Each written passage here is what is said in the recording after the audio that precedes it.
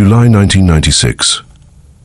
A small town cemetery in eastern Pennsylvania becomes the site of a shocking discovery. Inside an abandoned vault, police uncover the body of a young girl, brutally tortured and discarded like trash in a cardboard box. The victim appears to be a 19-year-old woman known locally as Matteron Smith. But appearances can be deceiving. Fingerprint analysis would soon reveal a far more disturbing truth. The victim was actually 13-year-old Richezza Williams from Baldwin, New York, a child who had crafted an elaborate adult persona in her desperate bid for freedom. Have you ever wanted to escape your life so badly that you created an entirely new identity? To leave everything behind and start fresh where nobody knows your name or your past? For Richezza Williams, this fantasy became reality when she fled her home in March 1996, reinventing herself as a 19-year-old woman in a Pennsylvania town where nobody questioned her story. But this decision would ultimately place her directly in the crosshairs of one of the most ruthless street gangs operating in the area. The case of Richezza Williams isn't just about murder. It's about vulnerability, identity, and the dangerous gap between childhood and adulthood. This 13-year-old managed to convince an entire community she was an adult, renting an apartment, frequenting local bars, and associating with hardened criminals. But beneath this facade was just a child, navigating a world she wasn't prepared for. What follows is the story of a brutal crime that shocked even veteran investigators, a murder that exposed the dark underbelly of gang operations in quiet American towns, and the relentless pursuit of justice for a young girl who simply wanted to grow up too fast. If you're interested in stories that not only document true crime but also teach valuable life lessons about the dangers that can befall our youth, hit that subscribe button and join our crazy Storyfile community. Now, let's peel back the layers of this tragic case to understand how a bright young girl became the victim of unimaginable cruelty. Richezza Williams entered the world on September 1, 1982, born into a working-class family in Baldwin, New York. Those who knew her described a child of contradictions, intelligent and quick-witted, yet noticeably vulnerable, mature in some ways, painfully naive in others. With bright eyes and an infectious laugh, she exhibited the kind of trust in humanity that parents both cherish and fear. In elementary school, teachers noted her academic potential, a girl who could solve complex problems when properly engaged. But beneath this promising exterior lay troubling undercurrents. The Williams household struggled with the typical pressures facing many American families in the early 1990s: financial strain, relationship tensions, and the challenges of raising adolescents in a rapidly changing social landscape. While her parents tried their best, communication breakdowns became increasingly common as Richezza approached her teenage years. By age 12, Richezza had developed a pattern of minor rebellions, staying out past curfew, skipping school occasionally, challenging authority figures. These behaviors, while concerning, seemed typical of early adolescent development. What wasn't typical was the detailed journal entries investigators would later discover, revealing a child constructing elaborate fantasies about adult independence. "Sometimes I think about just leaving," she wrote in one entry dated January 1996. "Starting over somewhere, nobody knows me, being whoever I want to be." March 10, 1996 marked the day these fantasies transformed into reality. After a particularly heated argument with her parents over household rules, Richezza packed a small bag with essentials, emptied her modest savings, and slipped out her bedroom window. Unlike previous incidents, where she'd cool off at a friend's house before returning home, this time was different. She boarded a bus, headed west with a deliberate destination in mind: eastern Pennsylvania, a city she'd researched online, far enough from home to ensure anonymity, but close enough to reach affordably. Why Eastern? Later investigations suggested she'd made an online connection with someone in the area, though this individual was never identified. What became clear was that Richezza arrived with a meticulously crafted new identity: Matteron Buffy Smith, aged 19. She carried crudely forged identification documents created using materials from a local copy shop. The transformation went beyond paperwork. Richezza altered her appearance dramatically, adopting more mature clothing, applying makeup with practiced precision, and affecting speech patterns she'd studied from television shows featuring young adults. She practiced lowering her voice to sound older and fabricated an extensive backstory about being from Baltimore originally, moving to Easton for a fresh start after family problems. Most remarkably, What this 13-year-old managed to accomplish in her first weeks in Easton demonstrated both her intelligence and the alarming ease with which society failed to recognize a child in their midst. Using her false ID and practiced confidence, she secured a small studio apartment in a rundown building where landlords asked few questions of new tenants. She found cash-paying work bussing tables at a local diner where her false age went unquestioned. The grievous irony of Richezza's story lies in her motivation for running away. Seeking independence and adult freedom, she unwittingly placed herself in a position of extreme vulnerability. The very disguise that granted her freedom would ultimately attract precisely the wrong kind of attention from individuals who saw not a child to protect, but a young woman they could exploit, manipulate, and ultimately destroy. Easton, Pennsylvania in 1996 sat at a critical juncture, a former industrial hub struggling to reinvent itself amid economic decline. Abandoned factories dotted the landscape, creating shadows where underground economies thrived. In this environment, a teenage girl masquerading as an adult could easily slip through the cracks of societal supervision. Richezza, or Materon as she was now exclusively known, established herself with remarkable efficiency. Within weeks of arrival, she managed to secure a small one-bedroom apartment on Northampton Street in a building where neighbors minded their own business. The landlord, later interviewed by investigators, admitted conducting no background check beyond a cursory glance at her fabricated ID and accepting her first month's rent in cash. She seemed older than 19, honestly, he stated. Had this worldliness about her, never would have guessed her real age. During daylight hours, Richezza maintained her cover through legitimate employment at a local diner. Co-workers described her as quiet but friendly, always punctual and willing to take additional shifts.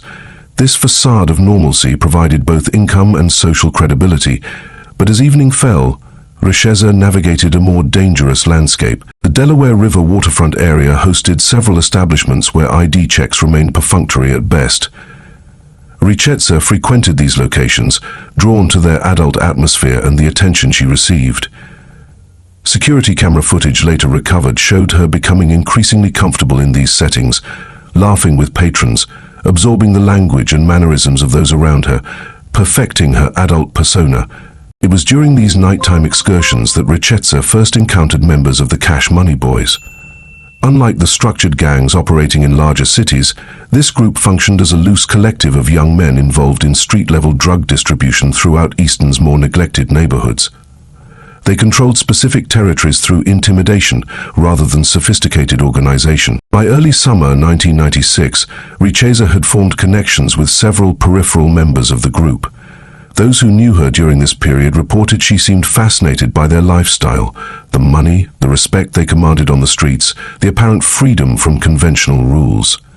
She began spending time at apartments where the group conducted business, initially as a curious observer. What Richezza failed to recognize was the predatory nature of these relationships. Her naivety, masked by practiced confidence, became increasingly apparent to those around her. While believing herself accepted as an equal, she was being evaluated as a potential asset, someone who could transport packages, distract police, or provide access to new customer networks.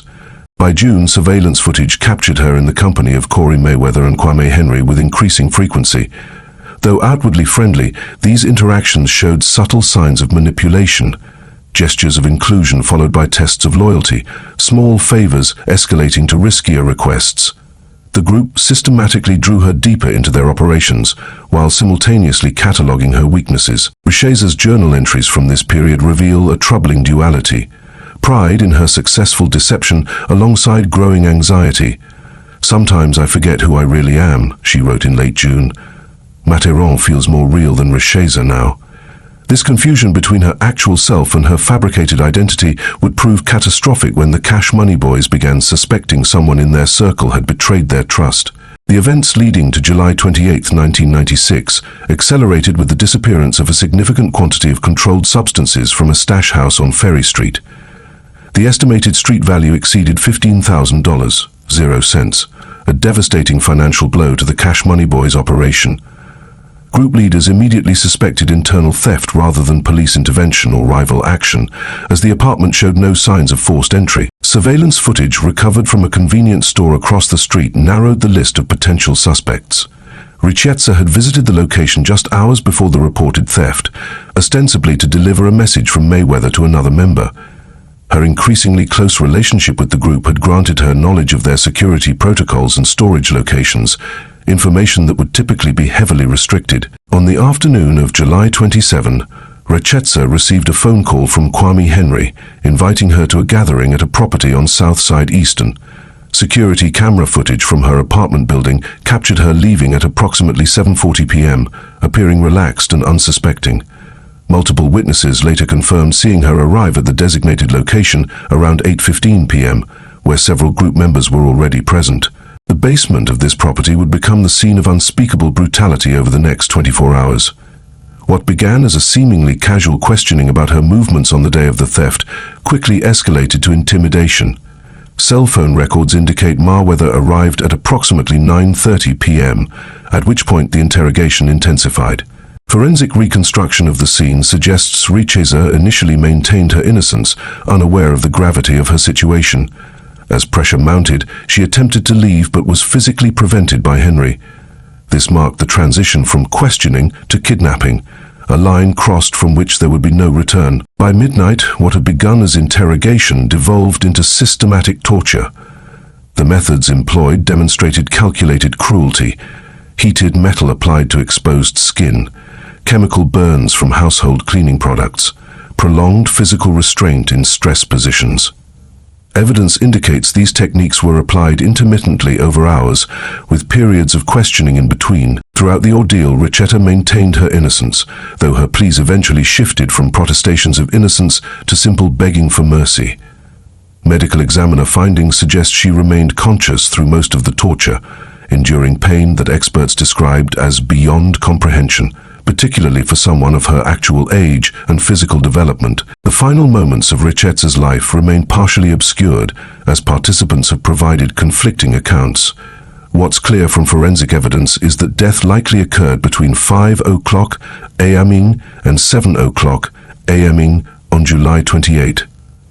The official cause was listed as asphyxiation, though the medical examiner noted that extensive internal injuries from the prolonged torture had already placed her in critical condition. In a grim postscript to the killing, surveillance footage shows Mayweather and Obas purchasing cleaning supplies at 8:42 a.m., returning to the scene to eliminate evidence. By early afternoon, Richezza's body had been wrapped in plastic, placed in a cardboard box, and transported to the abandoned cemetery, where it would remain undiscovered for nearly 2 weeks. The tragic reality that would later shake the community to its core, this entire sequence of events, from accusation to murder, was predicated on a mistake. Subsequent investigation revealed another group member had taken the missing substances, later admitting his actions to police in exchange for reduced charges on unrelated offenses. Richezza Williams had died for a crime she didn't commit. If you encountered a teenager showing signs of involvement with dangerous individuals, would you recognize the warning signs before it was too late? The 3 men responsible for Richezza Williams' death represented different facets of urban criminality, each bringing distinct pathologies to their collective act of brutality. Understanding their backgrounds provides crucial context for how a 13-year-old girl became their target. Corey Lemon Mayweather emerged from Brooklyn's most challenged neighborhoods in the early 1990s. At 24 years old, when he encountered Richezza, Mayweather had already accumulated an extensive criminal history spanning 3 states. Court records revealed juvenile offenses beginning at age 12, escalating to more serious charges by his 16th birthday. After a 3-year incarceration for aggravated assault, he relocated to Pennsylvania, seeking territory with less police scrutiny. Interviews with former associates described Mayweather as calculating and business-oriented, viewing violence as a necessary tool rather than an emotional outlet. His nickname, Lemon, derived from his habit of selling diluted or contaminated products to first-time customers, a practice he found amusing rather than shameful. By 1996, he had positioned himself as the primary decision-maker within the Cash Money Boys, orchestrating their expansion beyond simple street sales into more organized distribution networks. Corey didn't get angry when he thought someone stole from him, testified a former associate granted immunity. He got methodical. That's what made him dangerous. How clear-headed he stayed while doing terrible things. Kwame Henry presented a stark psychological contrast to Mayweather's cold calculation. 2 years younger and relatively new to Easton, Henry had established a reputation for impulsive violence that exceeded even the loose standards of their criminal circle. While Mayweather deployed violence strategically, Henry seemed to derive personal satisfaction from dominating others through force. Court psychologists who evaluated Henry following his arrest identified significant trauma in his early development, including witnessed domestic violence and personal victimization. His subsequent behavior patterns showed classic signs of identifying with aggressors, transforming himself from victim to perpetrator as a maladaptive coping mechanism. During Richezza's torture, witness testimony indicates Henry took a particularly active role, suggesting methods and extending the suffering beyond what even Mayweather had initially intended. His subsequent flight to Trinidad demonstrated both forethought and a recognition of his culpability. He understood the severity of his actions, even while seemingly unable to control his impulses in the moment. The most enigmatic figure among the perpetrators remains Stanley "Wildman" Obas. At 29, Obas was older than his associates and possessed a criminal sophistication reflecting his additional years of experience. Unlike Mayweather and Henry, Obas maintained connections to larger criminal networks in New York and Philadelphia, serving as a supply connection for the Cash Money Boys' operations. The nickname Wildman originated not from emotional volatility but from his unpredictability. Associates noted his ability to shift between charismatic charm and terrifying intensity without warning. This quality made him particularly effective at enforcement activities, as potential targets never knew which version of Obas they would encounter. Witnesses placed Obas at the scene throughout Richezza's ordeal, though his precise role remains contested. Some accounts suggest he attempted to moderate the violence, while others indicate he provided the transportation and disposal plan for her body afterward. What remains undisputed is his involvement in the collective decision that sealed Richezza's fate. The aftermath revealed divergent paths for the three perpetrators. While Mayweather remained in the area and was quickly apprehended, Henry's flight initiated an international manhunt culminating in his extradition 2 years later. Obas vanished so completely that despite his addition to multiple wanted lists and featured segments on national fugitive programs, he remains at large decades later, a ghost whose shadow still falls across this case. Together, these three men formed a perfect storm of criminality, calculation, impulsivity, and opportunism, combining with devastating consequences for a child who had only wanted to seem grown up. Have you noticed this video covers an important story that deserves wider awareness? Share it with someone who cares about protecting vulnerable youth. August 10, 1996 marked a grim milestone in the case when a groundskeeper at St. John's Cemetery noticed unusual disturbance around an abandoned vault. Upon closer inspection, he discovered a sealed cardboard box containing human remains. The Easton Police Department immediately secured the scene, initiating what would become one of the most complex investigations in the department's history. The condition of the body presented immediate challenges for identification. Exposure to elements and decomposition had accelerated due to the summer heat, complicating fingerprint recovery and facial recognition.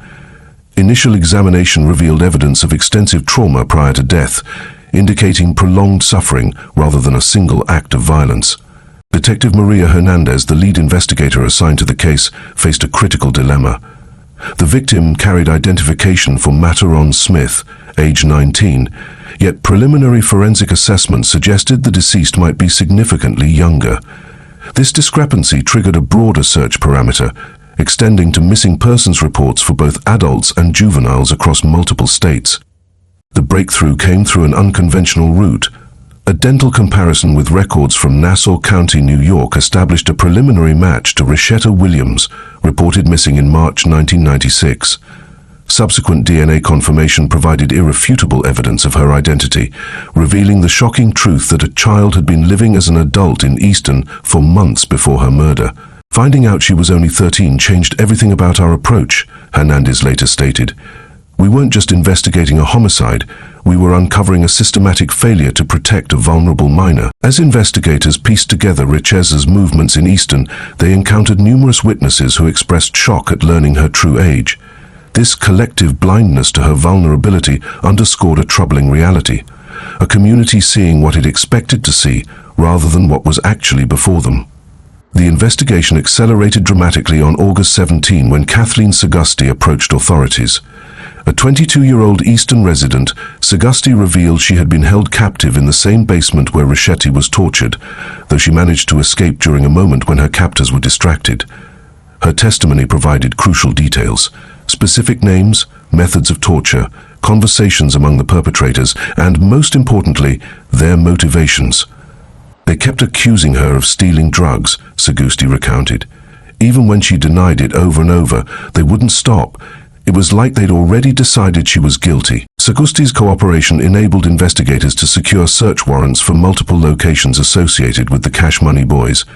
Forensic teams collected substantial physical evidence: blood matching Richezza's DNA on basement pipes, the distinctive chemical signature of cleaning products used during torture, and fingerprints linking Mayweather, Henry, and Obas to the scene.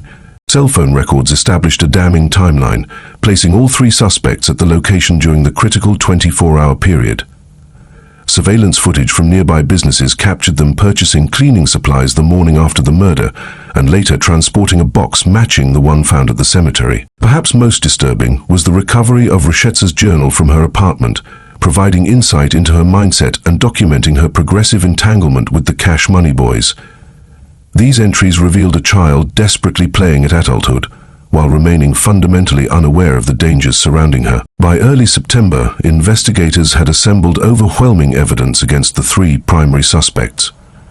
Grand jury proceedings resulted in multiple indictments: first-degree murder, kidnapping, conspiracy, and additional charges reflecting the calculated nature of their actions. With charges formalized, the pursuit of justice transitioned from investigation to apprehension, a process that would unfold at dramatically different paces for each suspect. The manhunt for Richezza's killers unfolded across three distinct trajectories, reflecting the different choices made by each perpetrator in the aftermath of their crime.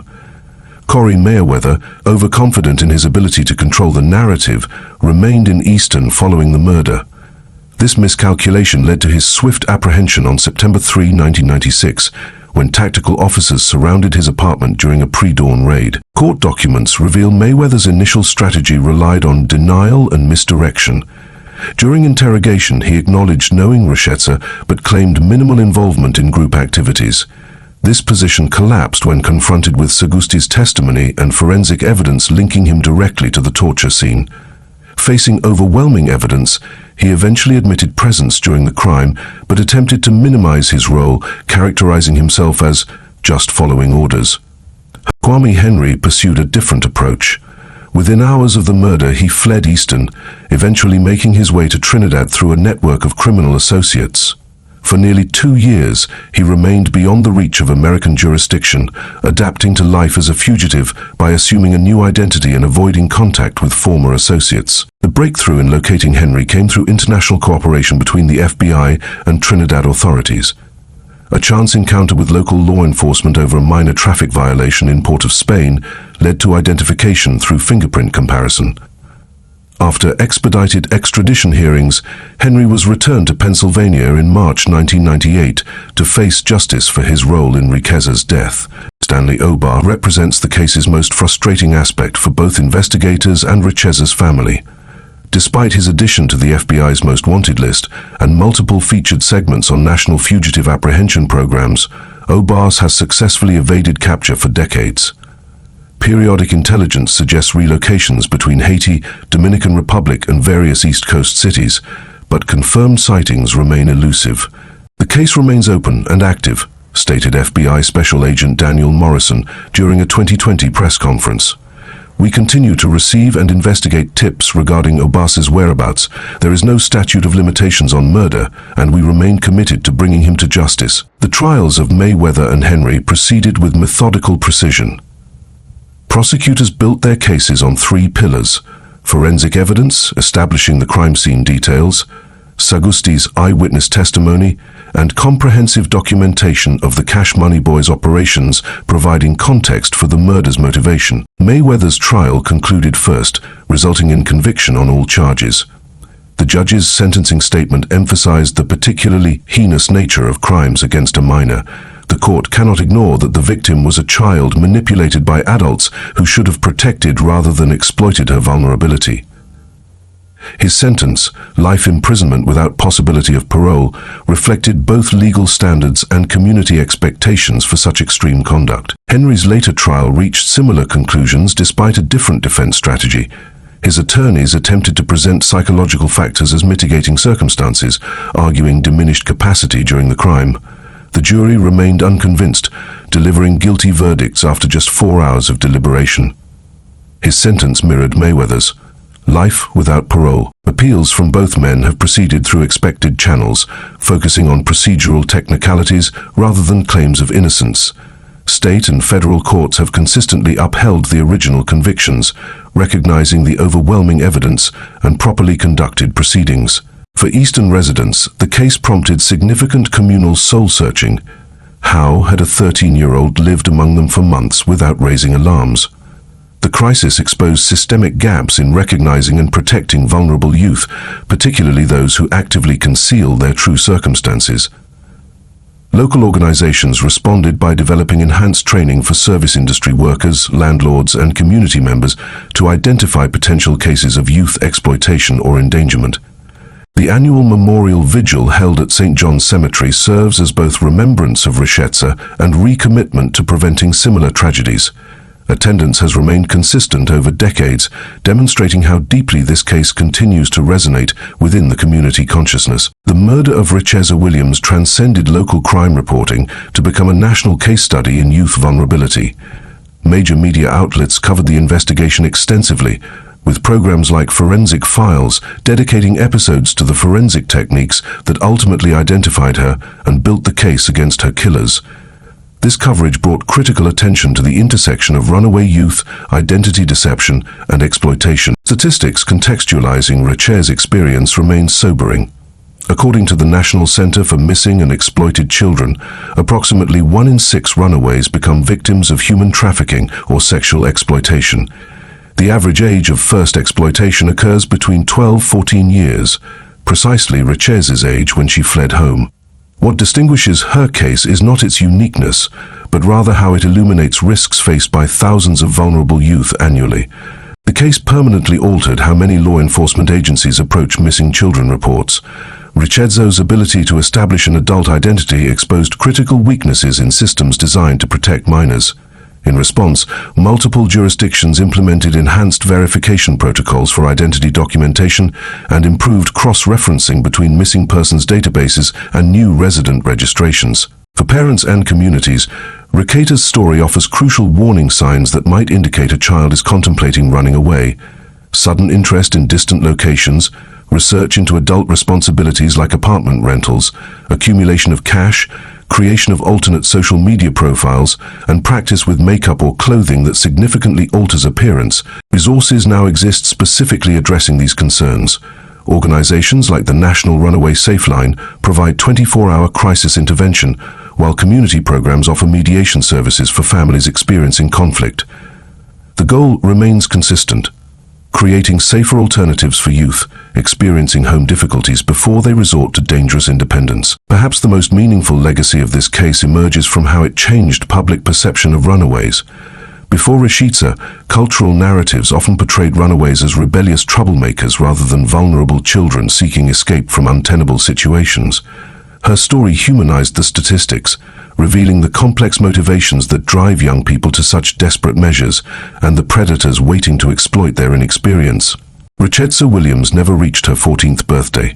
She never experienced high school, college applications, first love, career achievements, or any milestone beyond early adolescence. Yet her story continues to protect others through education, awareness, and systemic improvements designed to recognize and intervene when children attempt to navigate adult worlds prematurely. If you've found value in understanding these crucial safeguarding issues, subscribe to our channel for more cases that combine compelling narratives with essential life lessons. Activate notifications to join our community of viewers committed to learning from history's darkest moments, so we might create a safer future for all children.